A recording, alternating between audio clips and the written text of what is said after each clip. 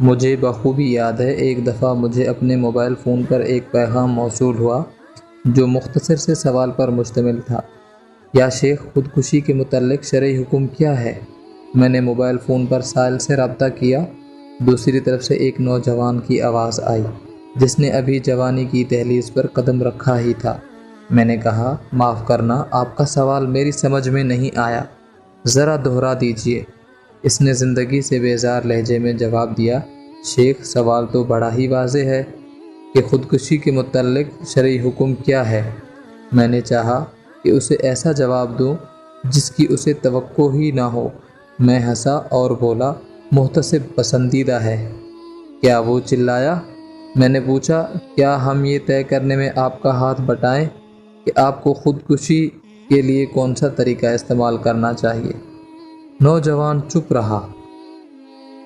اس پر میں نے کہا: اچھا، یہ تو بتائیں کہ آپ کیوں خودکشی کرنا چاہتے ہیں؟ وہ بولا: کیونکہ مجھے کوئی ملازمت نہیں ملتی، لوگ مجھے پسند نہیں کرتے، دراصل میں ایک ناکام انسان ہوں۔ پھر اس نے مجھے تفصیل سے اپنے حالات بتائے۔ وہ اپنے آپ میں بہتر تبدیلی لانے اور اپنی دستیاب صلاحیتوں سے فائدہ اٹھانے میں ناکام رہا تھا۔ حقیقت یہ ہے کہ ہم میں سے بیشتر افراد کو یہ مسئلہ درپیش ہے۔ سوال یہ ہے کہ آخر انسان اپنے آپ کو اس قدر گھٹیا کیوں تصور کر لیتا ہے؟ وہ پہاڑ کی چوٹی پر کھڑے لوگوں کو ہی کیوں تاکتا رہتا ہے؟ ان کی طرح وہ بھی پہاڑ کی بلندیوں پر کیوں نہیں پہنچ جاتا؟ یا کم از کم لوگوں کی دیکھا دیکھی وہ پہاڑ پر چڑھنا شروع ہی کر دے۔ کسی شاعر نے خوب کہا ہے: جو کوہ پیمائی سے گھبراتا رہتا ہے وہ ہمیشہ گڑھوں میں زندگی بسر کرتا ہے۔ کیا آپ جانتے ہیں کہ کون آدمی اس کتاب سے یا ان اصولوں پر لکھی گئی کسی بھی کتاب سے کبھی استفادہ نہیں کر سکتا؟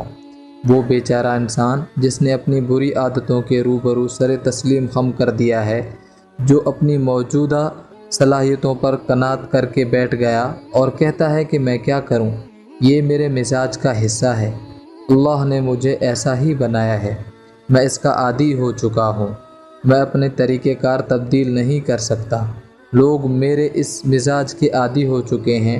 اگر آپ کہیں کہ میں خالد جیسی تقریر کرنے لگوں یا احمد جیسا خوش باش نظر آؤں یا جواد کے مانند لوگوں کا پیارا بن جاؤں تو یہ محال ہے، وغیرہ وغیرہ۔ ایک دن میں ایک مجلس میں حاضر تھا۔ میرے ساتھ ایک خاصے عمر رسید بزرگ تشریف فرما تھے۔ مجلس میں بیٹھے تقریباً سب افراد عوام کے طبقے سے تعلق رکھتے تھے اور معمولی صلاحیتوں کے مالک تھے۔ وہ بزرگ اپنے آس پاس بیٹھے لوگوں سے خوش گپیوں میں مصروف تھے۔ وہ مجلس کے دیگر افراد میں صرف اپنی بڑی عمر کی وجہ سے نمایاں تھے، اس کے علاوہ ان میں ایسی کوئی خاص بات یا غیر معمولی صلاحیت نہیں تھی۔ میں نے وہاں ایک مختصر سی تقریر کی جس میں شیخ عبدالعزیز بن باز کے ایک فتوے کا ذکر کیا۔ جب میں نے اپنی بات کر چکا تو بڑے میاں فخریہ لہجے میں مجھ سے مخاطب ہوئے: میں اور ابن باز ہم جماعت تھے، آج سے 40 سال قبل ہم مسجد میں شیخ محمد بن ابراہیم کے پاس اکٹھے پڑھا کرتے تھے۔ میں حیران ہو کر اس کی طرف دیکھنے لگا۔ یہ خبر سنا کر مارے خوشی کے ان کے چہرے کی دھاریاں دمک رہی تھیں۔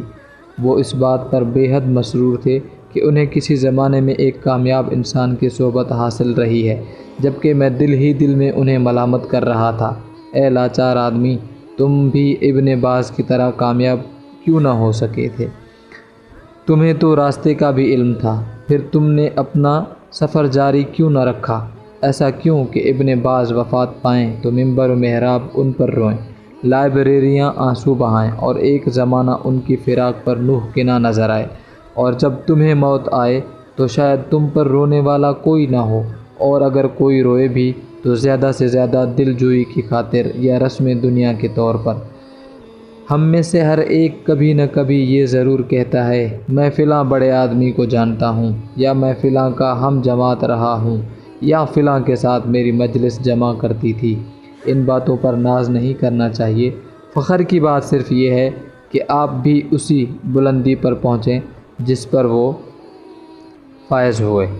ہم میں سے ہر ایک کو بہادر بننا اور آج ہی سے یہ عزم کرنا ہوگا کہ وہ اپنی ان صلاحیتوں سے جن کا کارآمد ہونے پر اسے اطمینان ہے اپنی زندگی میں فائدہ اٹھائے گا اور ایک کامیاب انسان بننے کی کوشش کرے گا۔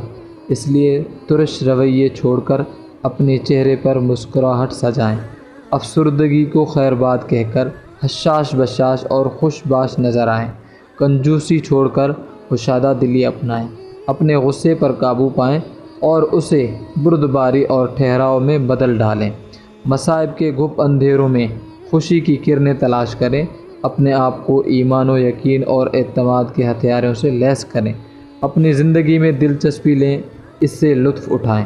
زندگی کے دن تھوڑے ہیں، انہیں بے جا غم اور بے مقصد پریشانیوں میں ضائع نہ کریں۔ رہا یہ سوال کہ یہ سب کیوں کر ممکن ہے، تو یہ کتاب میں نے اس سوال کے جواب میں لکھی ہے۔ میرے ساتھ رہیے، انشاءاللہ جلد منزل پر پہنچ جائیں گے۔ حاصل: بہادر وہ ہے جو پختہ عزم کے ساتھ اپنی صلاحیتوں کو ترقی دیتا رہے، ان سے بھرپور فائدہ اٹھائے۔